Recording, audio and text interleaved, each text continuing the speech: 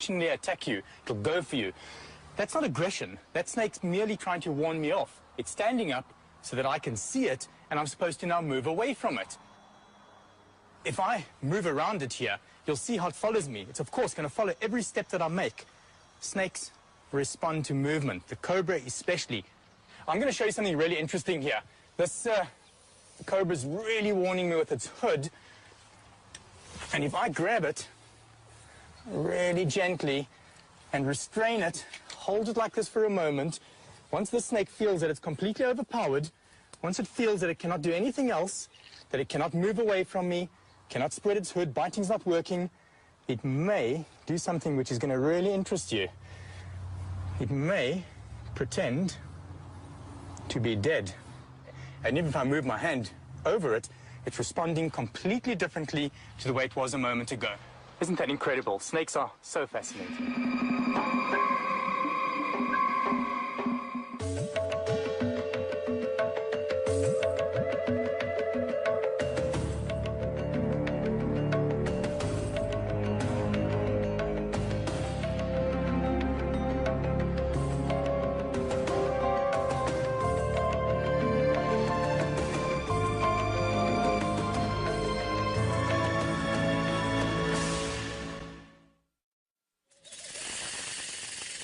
Snakes are reptiles most of us prefer not to meet. And they're wary of us, too, which is why they hiss or rattle to warn us off. Such warnings are ignored at our peril. But a snake will only bite in defense, and only if it feels gravely threatened.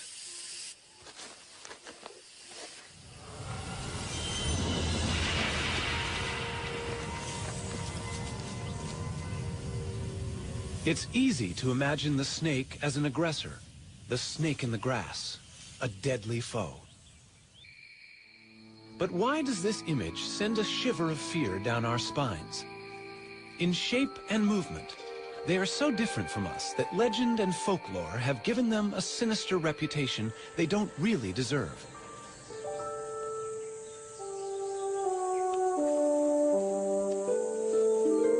How can we understand an animal that smells with its tongue? Or that hears with its whole body, sensing vibrations? The hypnotic stare of its unblinking eye can seem as alien as its apparent rebirth through the shedding of its skin, sloughed off like a scaly ghost of itself.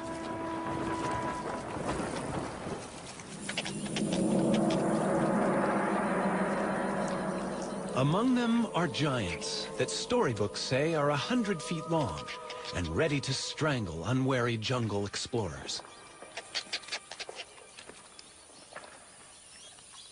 And yet, there is this little guy, a thread snake, very friendly and not deadly at all.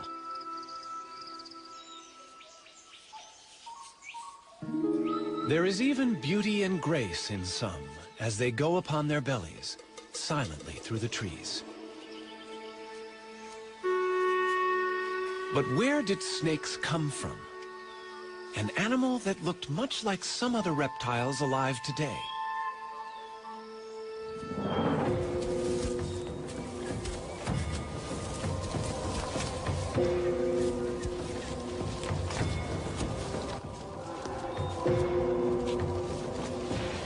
It's hard to believe that snakes have anything in common with creatures like this. But in fact, every reptile descended from the same ancestor. This primitive ancestor led to two groups of animals, turtles and all other reptiles. All through the age of the dinosaurs and during the emergence of lizards, snakes were nowhere to be seen. But there were legless lizards, and it was from these that snakes evolved.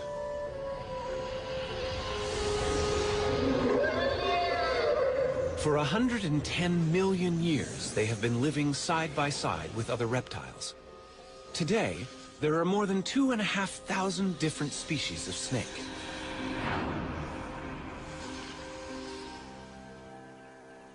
Hidden within their bodies, vestiges remain of the legs they lost. But snakes, with a skull, backbone, and a multitude of ribs, are able to move quickly in several ways. The serpentine crawl of the cobra. Most snakes move like this.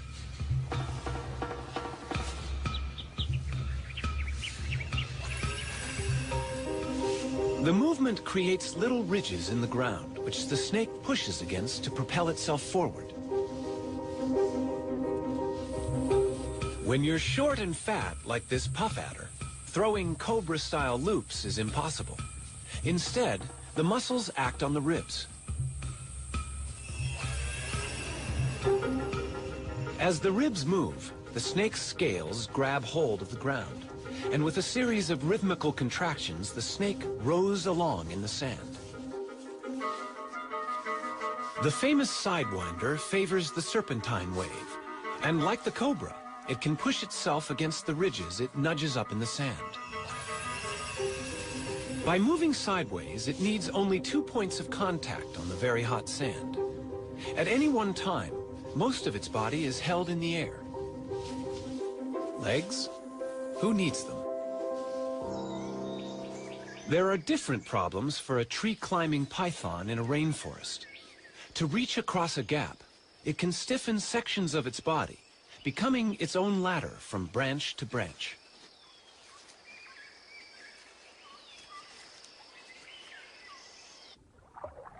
This sinuous and flattened body, with its broad tail working like an oar, could be mistaken for an eel. But this is no fish. It's a sea snake. Most snakes can swim, though even the sea snake must interrupt its hunting now and then for a breath of air at the surface.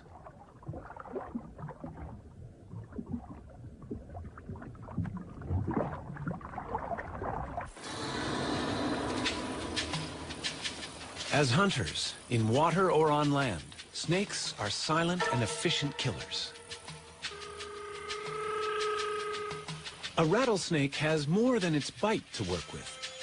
Its tongue constantly tastes the air, scenting for prey.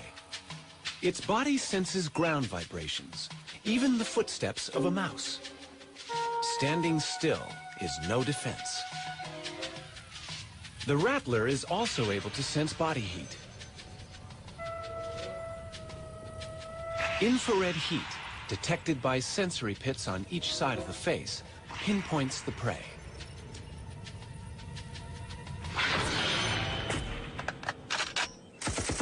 Their high-tech weaponry has been around long before ours. But in any combat situation, defense is as important as attack. This military training ground is home to 2 other opponents. The rare red cockaded woodpecker lives in this loblolly pine. Its enemy is a corn snake, whose tactics are to climb the tree and steal the woodpecker's chicks. The bird's defense is to peck at the tree, releasing its resin.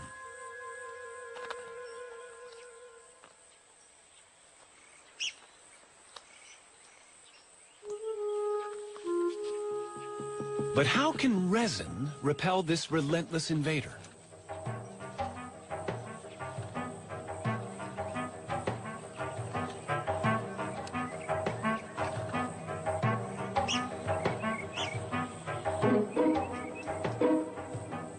It's getting close. Will the woodpecker's weapon really work?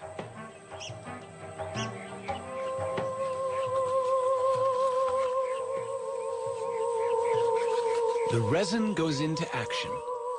Seeping between the scales, it irritates the snake's skin.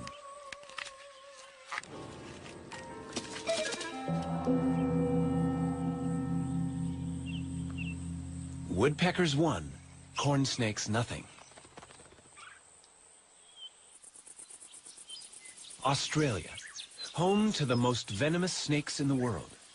In these cane fields lives one of the most deadly. But why do snakes need venom?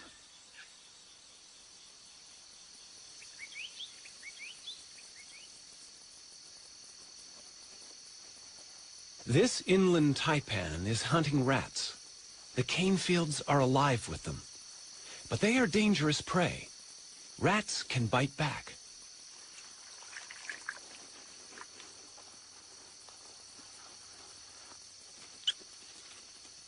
A snake's head contains all its sensory equipment: eyes, taste, smell, brain. And the head is vulnerable.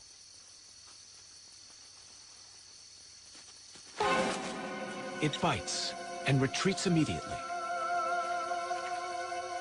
The head is undamaged, and the venom is doing its work. The rat is now paralyzed. The snake can safely approach its prey. Venom gives the snake two huge advantages. It not only kills the prey, but by the time the snake begins to swallow the rat, the venom has already begun to digest it, breaking down cells in the body. The venom in a baby snake can be even more powerful than the adults. This young cantle viper is luring prey with its worm-like tail.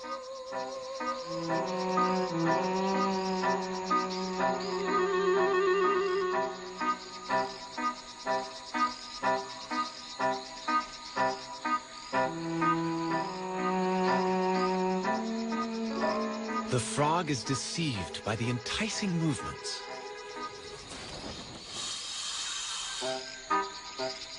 Unaware of its lucky escape, the frog remains convinced there is a worm there. Amazingly, the frog seems unable to see the snake.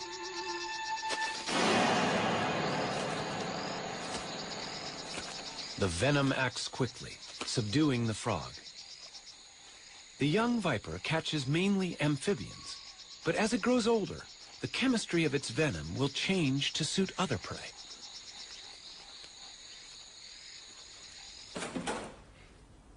Donald Stridham works with South African snakes to understand how venoms affect the bodies of prey animals and how the venom is delivered during a bite. The snake that I've chosen here is a puff adder, and they've got the very long front-hinged fangs with a cytotoxin, a cell-destroying venom. I'm going to very carefully open up the snake's mouth and show you this mechanism. The snake doesn't like its mouth to be open. It's much like you going to the dentist and having your mouth prodded into. Now the fangs lie against the palate of the mouth. So if I just open there, you can hardly see the fangs. But if I now slip my stick just behind the fangs and get them forwards, you can very clearly see how they hinge. Now the fangs are covered by a skin sheath here. I'm going to try and slip this sheath up so that one can see the naked fang. And there we have one fang nicely exposed. These fangs are hollow. They work like little hypodermic needles, so they inject venom through the fang into its victim. And in fact, you can see a tiny droplet of venom on the one fang there. You know, the venom glands of a snake are very similar to the saliva glands in a human, in that if we have a dry mouth, our body very easily reproduces saliva. And the mechanism with a snake is almost exactly the same, in that venom is never easily exhausted. Under normal conditions, the snake is never without its venom. A gaboon viper produces venom in huge amounts. It's a large, fat-bodied snake and needs to have a lot of venom to subdue large prey quickly. The viper is too slow to chase its victim. To inject such large quantities, the gaboon viper has the longest fangs in the world. Each is almost as long as a human thumb. That's quite a bite. Even a smaller bite is no fun. Venom is breaking down the cells inside this man's punctured leg.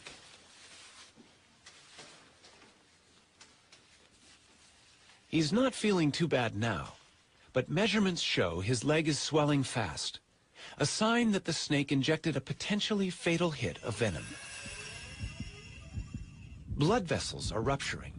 Fluid is accumulating as tissues break down. Only the correct antivenom can stop the process before vital organs are damaged. Antivenom is a specially prepared fluid, a serum containing antibodies, proteins that will neutralize the venom in the snakebite. The patient has survived the night, but the tissue damage continues for a while. There is still venom present. Although snakes are not trying to kill us, it's worth knowing how some of them bite. The next snake that I have here, it's Africa's most venomous snake. And this is a boomslang. It has drop for drop the strongest venom of any snake in Africa, more so than a black mamba or any of the cobras.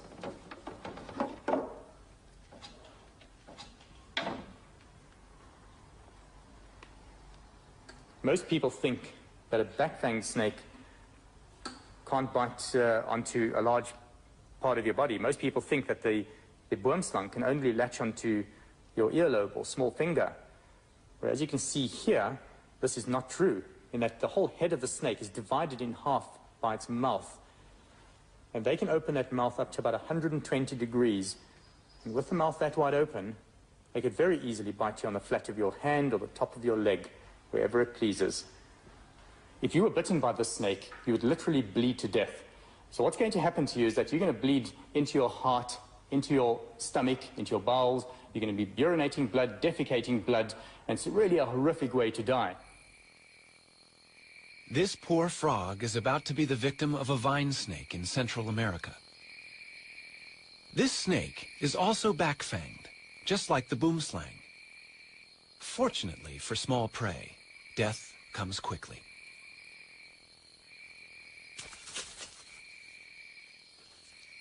The venom of some snakes with fixed fangs attacks the nerves. Now, the front fixed fang snake that I've chosen is a snouted cobra here. These fangs are much smaller than the front hinged fangs of an adder. Those fangs don't have to fold backwards. You see, they remain erect in the mouth. So the snake merely has to snarl its mouth and so inject its venom. And sometimes a mere scratch is enough to kill you. The neurotoxins would interfere with the neural communication system of our body and paralyze the vital organs, so the heart or the diaphragm muscle, and one would die from asphyxiation. You literally cannot breathe and possibly die of heart attack. In most countries where people face a daily risk of encountering snakes, wood piles and exposed trash heaps are surprisingly common, yet all can encourage snake trouble. Wood piles provide shelter for snakes, and trash attracts rats. What better prey is there here in Africa for a black mamba? 6 feet of powerful hunter, it haunts the outbuildings and can strike like lightning with a quick-working venom.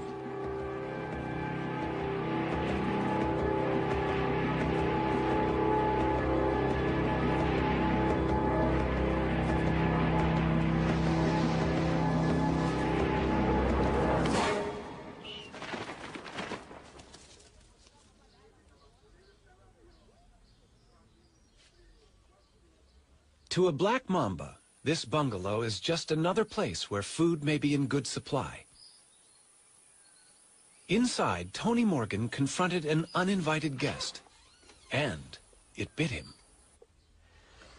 This is a typical corner that snakes like to hide in, and it was a similar corner like this near my front door on the farm that I found a mamba all curled up here with my fishing rods and various things like that. And as I don't kill anything, particularly snakes, I grabbed this particular implement and I thought that I hooked him out and I thought that I'd pinned him down. Unfortunately, he was able to stretch quite a bit and he got me just below the knee with one fang. I then lasted exactly 30 minutes. Anne, my wife, got me down to Donald's place very quick. And then he took over and drove me down to the hospital, where we were fortunate in finding a doctor on duty. And 30 minutes after the bite, I said to him, I cannot exhale anymore. And he said at the same time, which I didn't hear, his heart has stopped as well. So in effect, I was dead at that time.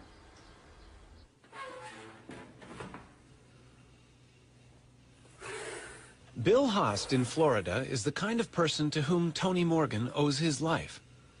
But collecting venom to make anti-venom has almost cost Bill his own life. I was bitten by a cobra and ended up in a respirator. I had stopped breathing. I was bitten by a mamba in the leg, a king cobra bite in the knee. Well, my blood pressure went to 0. But the most recent one, which was a canebrake rattlesnake, a couple of months ago, I got bitten on the back of the hand. That was almost pure carelessness. Bill, who's nearly 90, milks venom into a collecting jar while he gently squeezes the venom glands. But how has he survived 168 bites? The answer may be quite natural. The South African Cape cobra, a highly venomous snake, is prey to meerkats. But why are meerkats apparently unaffected by frequent cobra bites? They seem to be immune. Perhaps the frequency of such bites is a clue to Bill's survival. Back in 1948, September the 18th to be exact, I started immunizing myself with venom from the Cape cobra of South Africa. I diluted the venom 10,000 times and took 1/100th of a milliliter. Then I graduated or increased the dose over months and then eventually years, added different species until now, on usually once a week, I take a booster, and it's a mixture of 32 different species. So I know that got me through a lot of these bites, at least over the threshold, if not in most cases, saved my life. Snakes and humans share the world uneasily. This spectacled cobra is common in the paddy fields of India.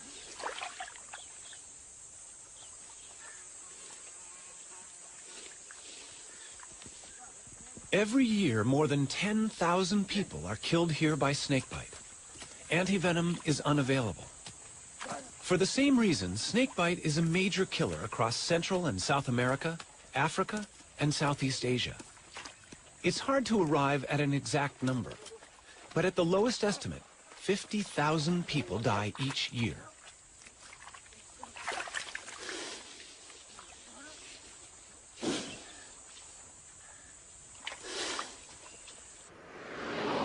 In South Africa, Donald Stridham is answering an emergency call. In this part of South Africa, we have a lot of venomous snakes. People are active in the field here. They often come across snakes, they find them in their houses, and that's when we are called out.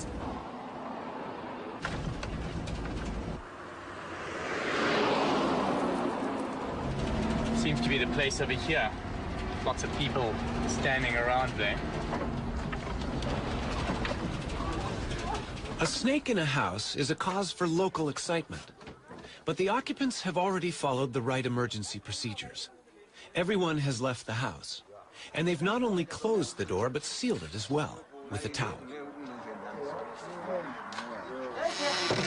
Donald can be fairly sure that the snake is still inside.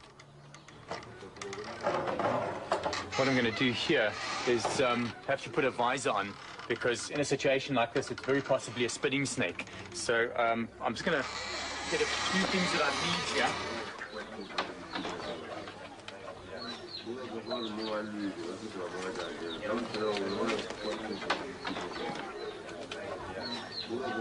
Yeah, there's really a lot of hiding places here. A snake could be anywhere. This is really, yeah, it's a bit dark in here as well, so one's going to be really careful. But just take care where you walk over there. You take it easy. There are places around here where it could easily just spring out on you. So if you guys just stay back a bit there. I'm going to have a look in these dark areas. I need to stay in the open area of the floor, because I suspect it to be behind things around like this here. Oh, that's clear.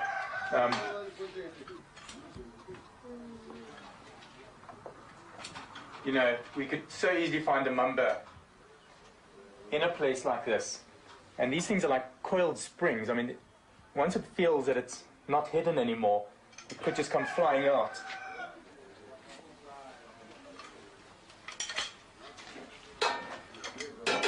You see, these are perfect. You'd find rodents here as well. And this is what the snake is probably looking for, or to just trying to hide from the disturbances outside, possibly.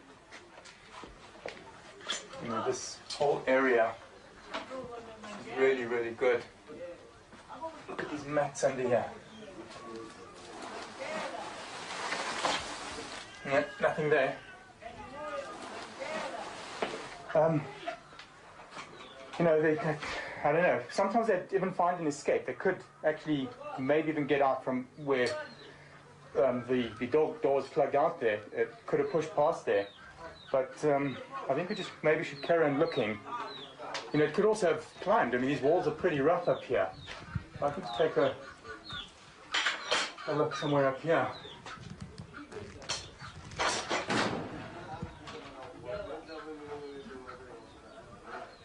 Nothing there. Well, whoops, there's something up there.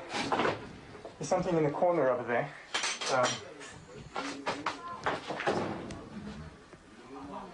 Yeah. Okay, without a doubt, that's a mamba. It's a black mamba.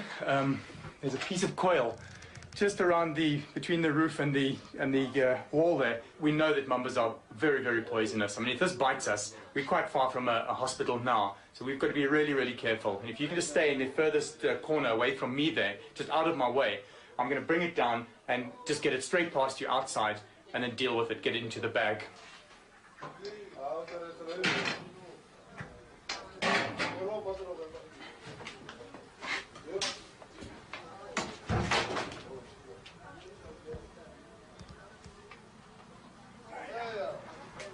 It's trying to edge away from me there.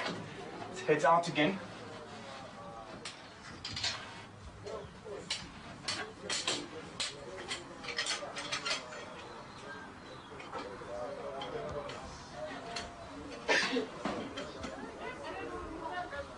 Yep, it's opening up its black mouth at me, it's warning me. You know, it's interesting that the snake doesn't just come out attacking, but at this stage, having it like this, it obviously feels threatened. At this stage, it'll bite whatever comes near to its mouth. And it's a big snake, bigger than I thought. It's a long animal. Just watch it behind me there. Please don't just come any closer than that.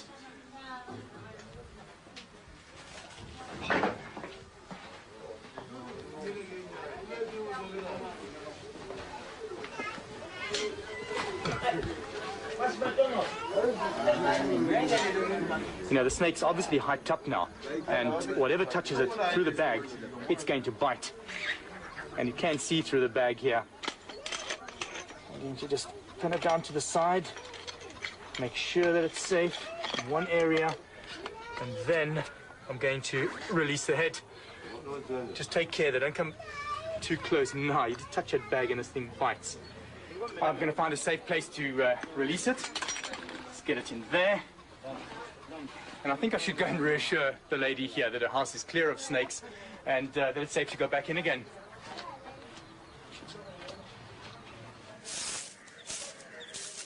Housewives in India are troubled by snakes as well.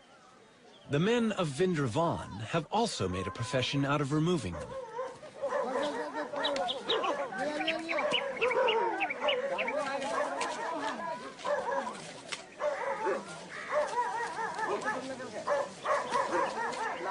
He's not going to let this cobra go free. For hundreds of years, this has been a village of snake charmers. The snake is captivated by the swaying pipe, following every rocking movement. And that's the snake charmer's secret. The music plays no part. It's probably too high a frequency for the snake to appreciate. It has no eardrums. Sound vibrations are perceived only by way of the skin, muscle, and bone.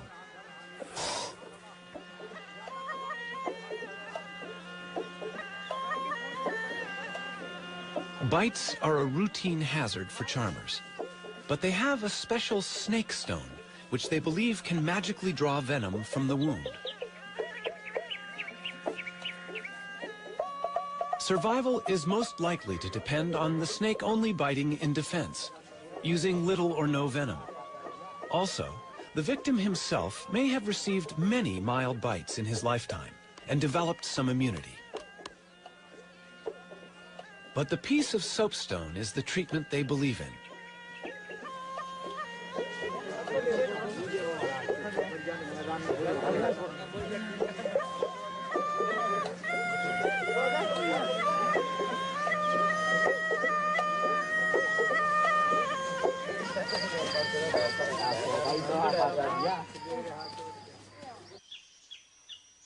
This baby cobra in Africa is one snake that no snake charmer would ever use. It threatens the civet cat by standing tall and looking big. But it has another weapon. This is a spitting cobra, and it sprays venom, which irritates the eyes of the attacker.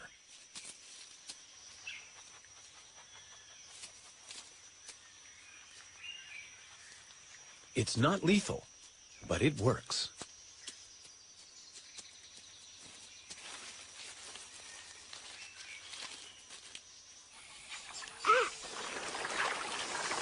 South America, the Llanos of Venezuela, the wetland home of the largest snake in the world, the anaconda. This giant has no venom at all. To capture prey, it relies on muscle power, coiling around its victim and squeezing the breath out of it. And a large snake needs large prey. The biggest rodent in the world fits the role. A capybara, the size of a pig, is fairly easy to ambush as it bathes in the warm waters.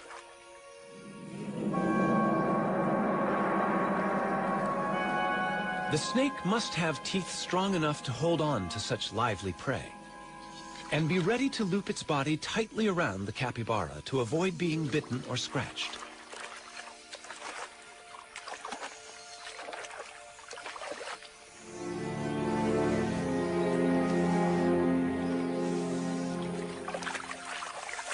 The anaconda, the most powerful of constrictors, moves in.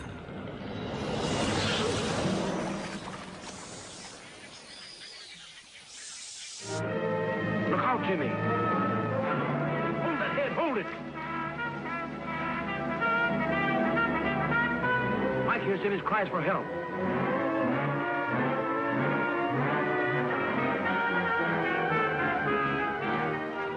Jim is black in the face, almost done for. To be safe, the actor needed to know exactly how a large constrictor kills, just as Donald Stridham does. I caught the snake on somebody's farm. It had eaten something really large, and the farmer was worried it's going to eat his dogs or even maybe his children, which isn't totally unrealistical. Have a look at that. Yeah, it's getting me around the arm here. I can really feel it. You get this area here. I mean, you can see how it's stopping the blood supply there. And this is my arm, so I mean, I can handle it. I can wrap it off me here. But can you imagine that around somebody's neck? That's pretty tight over here. This movie that we watched, we've just seen it with this Jimmy, where it had wrapped around him. It wasn't totally wrapped around his neck, not like the way this has got me around the arm here. With Jimmy, I could literally see that he turned around to get this python around his body, and it wasn't a natural constricting pose. Whereas this snake has got me. I mean, look at that. My arm's going quite red there. You have to try and make a plan here. Really got me. One thing I got right in the movie was that the python, like many other non-venomous snakes, are ambush animals. They will lie in ambush for their prey. It'll lie there, wait for the animal to come past, strike at it, bite it, and hook it with those 100 needle-sharp teeth. It then throws coils around this animal while it pulls the animal into the coils. It then asphyxiates the animal. Every time it breathes out, it tightens more and more, and the animal dies of suffocation. If one looks into the mouth of this python, you can see a little circular tube, and that is the extension of its epiglottis. And it's very useful for a snake to have this, because what happens is, when it swallows, that'll extend right out of the mouth, and so it can still breathe while it's got a full mouth of antelope. I think the snake deserves to be released now, so not to stress it too much, I'm going to release it here in the bush. And this looks ideal here. And as soon as I let the head go, that's it, I can feel the coils have immediately relaxed on me there. And the snake just wants to get away, straight into the bush there. Wow, look at that arm. This arm's gone really quite red there. What a relief to have that off. This is great. I love letting snakes go back into the bush. It's such a nice feeling. You can do something for them as well. It's a nice feeling for me, and hopefully for the snake.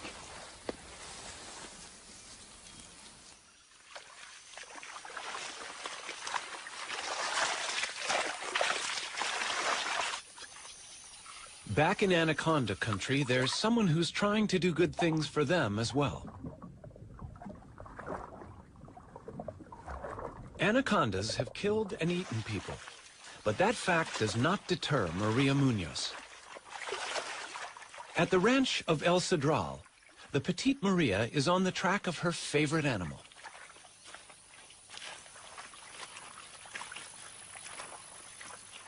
She works with her assistant, Ramon. A snake longer than 10 feet always requires 2 people for safe handling. How many males do we have? It's the breeding season for anacondas, and Maria recognizes this group as small males. She hopes they will lead her to the much larger females somewhere nearby. The males are placed in bags to keep them out of the way. The female they find is 13 feet long. Boy. Maria uses a trick to calm it down. No. She dips its head in the mud so it can't see. She was very quiet. Y le vas a poner en la cabeza. Beautiful. For several years, Maria has been studying how anaconda populations here live and vary. The tail. I would like to know is new one or she had a mark. Let me see the quack. Good. It's a new female for us. That means there are more than 900 anacondas, green anaconda in this ranch. Before Maria began her work, no one knew how many anacondas could live here. Now, by taking blood samples for DNA, she is also getting some idea about how they are related. But of course, she still needs to know how long these giants are. Her personal best is nearly 20 feet, about 10 feet short of the world anaconda record.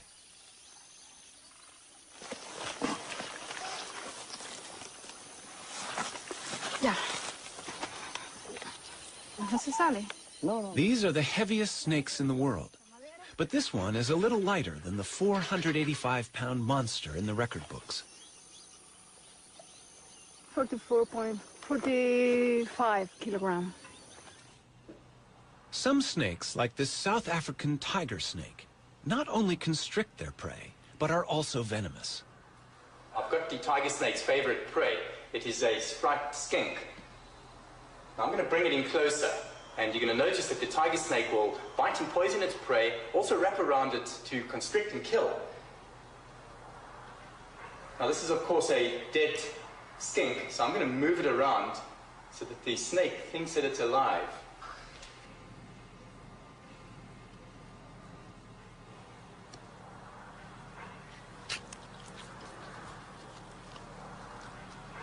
The tiger snake's venom is weak, so it needs to grip the lizard firmly, not only to prevent escape, but to limit the risk of damage to itself during a struggle.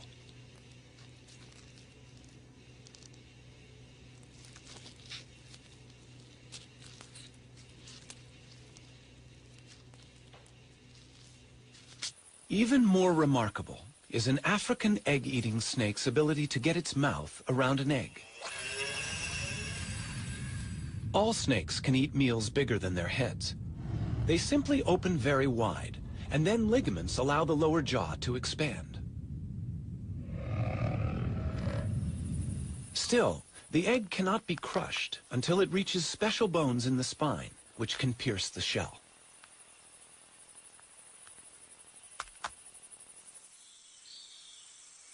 For convenience, a snake does better to eat another snake. A king cobra is called king because it's a snake eater. The mangrove snake it's attacking is only mildly venomous. No match for the king.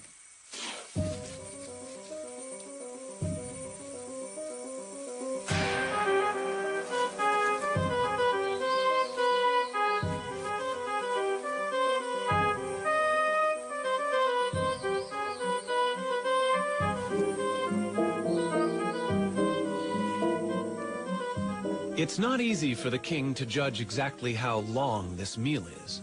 But since the king is the largest venomous snake in the world, chances are the victim's tail will be reached easily and swallowed. It's good to be the king.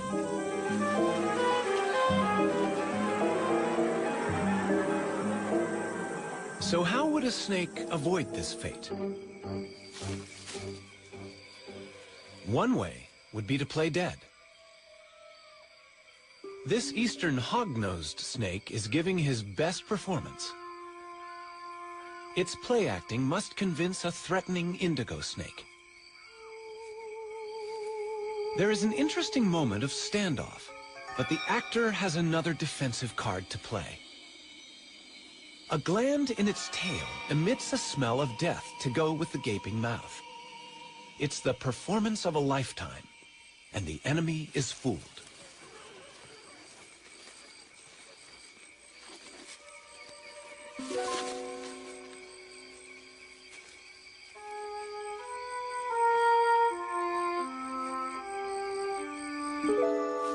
A snake that looks dangerous can keep predators away.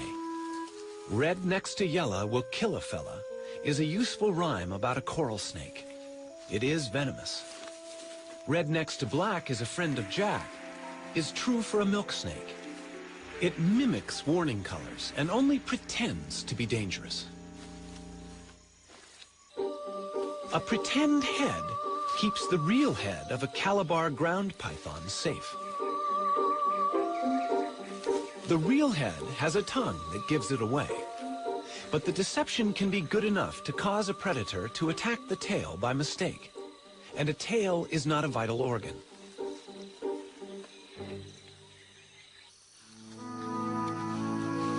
Often the brilliant colors and patterns of a snake's skin are not a warning but a subtle camouflage, matching its surroundings. And to us, it can look beautiful.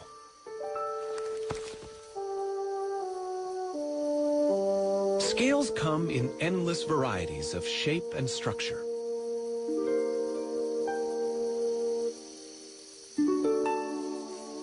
In the wild, snakes are not easily seen, a useful quality which suits these masters of ambush perfectly.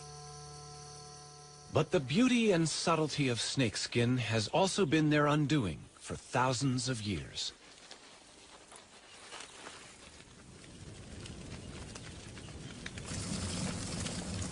Fire is traditionally used by hunters in Cameroon to expose the hiding places of aggressive rock pythons.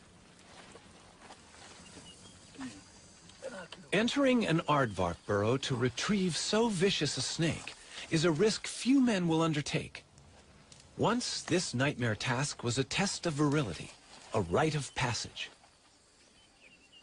Crawling inch by inch on toes and fingers, the hunter moves toward the angry python. His companions keep track of his progress. They may have to rescue him. The heat is stifling.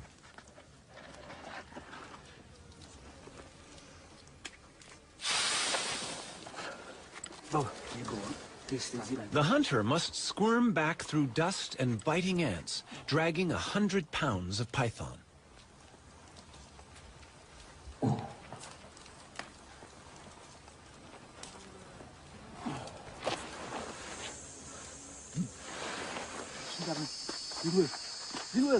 His companions take over.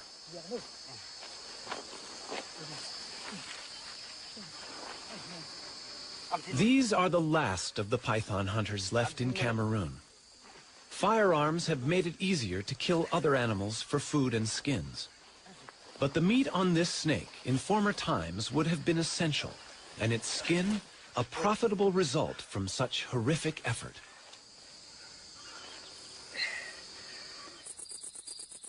As any snake grows, it must shed its outer skin like an overtight suit. The new scales revealed are at their best. The cast-off skin is discarded, and with it also go most of the parasites that have attached themselves to the snake.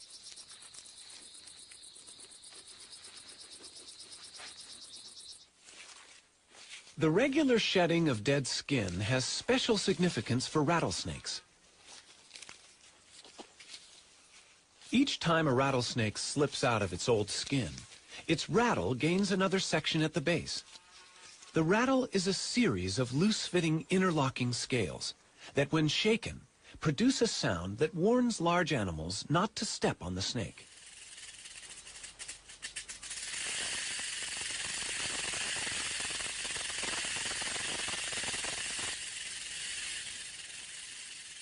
Although only a warning, the rattle has been the snake's downfall. Their noise makes them easy to locate, and as a result, tens of thousands are killed every year. I hate rattlesnakes. J.P. Jones sees rattlesnakes only as potential killers of people and livestock. He's hunted them since he was a boy, but recently he's finding it harder to find them.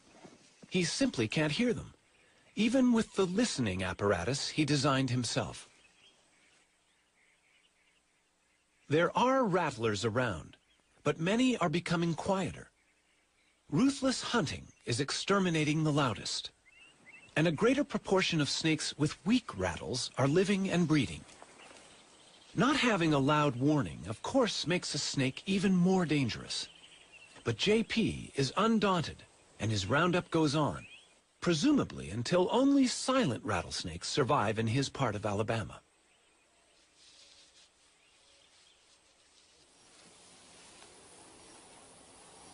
Yeah, I've been doing this for a long time. 78 years old, but I still enjoy it. Getting rid of snakes anywhere is never the good idea it might seem. Farmers in Vietnam didn't value the many snakes that once lived in the paddy fields until they vanished. The snakes were trapped for food, and the rice crop was attacked by rats.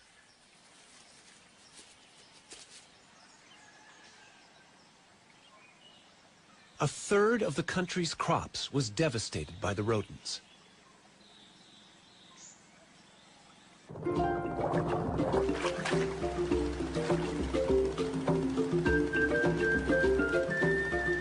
Only the return of natural predators, such as pythons, could save the farmers' livelihoods.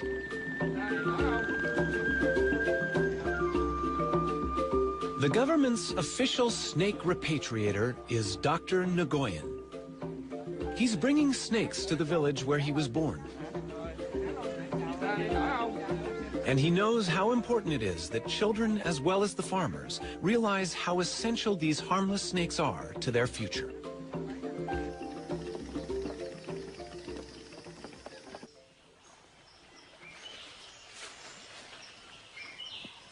Each python released can potentially eat about 100 rats a year. Dr. Nguyen will release 20, among them females, that could each have 20 to 80 baby pythons a year.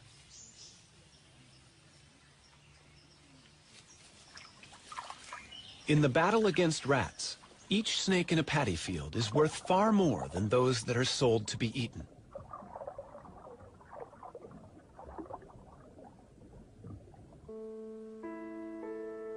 The snakes in our world can be partners in our survival. We're learning more about them all the time. But there's always a new twist. Well, sometimes when the snake shed, it's not a complete shed, and we have to help it. And in this case, the top scale wasn't quite off, and I think I can get it. Now he's all done. A snake with two heads. Something went wrong in the egg. Such creatures are not uncommon. Only one head can feed, but this ring-necked snake will survive happily. It's very interesting how attached people get or not get to their reptilian pets. Most people think that how can you get attached to a snake or a lizard as compared to a fluffy kitten or a cat or dog? But in a way, you really do get attached to these animals, partly because you soon realize how individual they are and how the personalities differ. By and large, you do get very attached to your animals. I'm constantly surprised by snakes. They're fascinating animals. Just everything about them is so different to us. They smell using their tongues, they move without any legs, they're cold-blooded, they have no ears, and they're just so interesting. They're so different and so much to learn about them. Most of us might prefer to leave snakes to the experts. But love them or hate them, they're an important part of our natural world. As we shed our fears and learn more about them, we might find they're not such bad neighbors after all.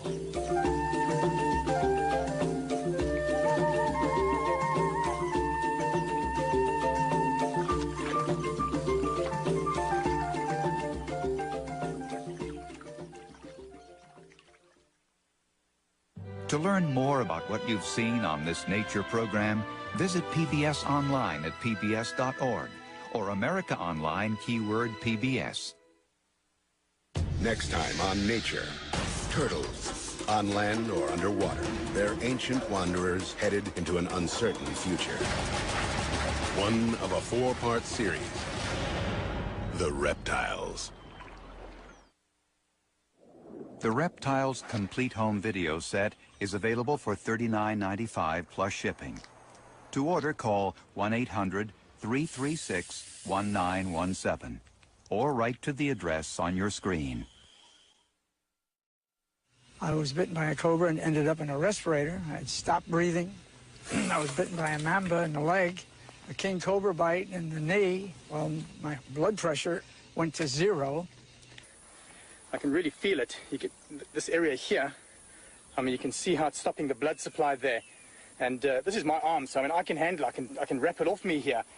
In a way, you really do get attached to these animals, partly because you soon realize how individual they are and how the personalities differ.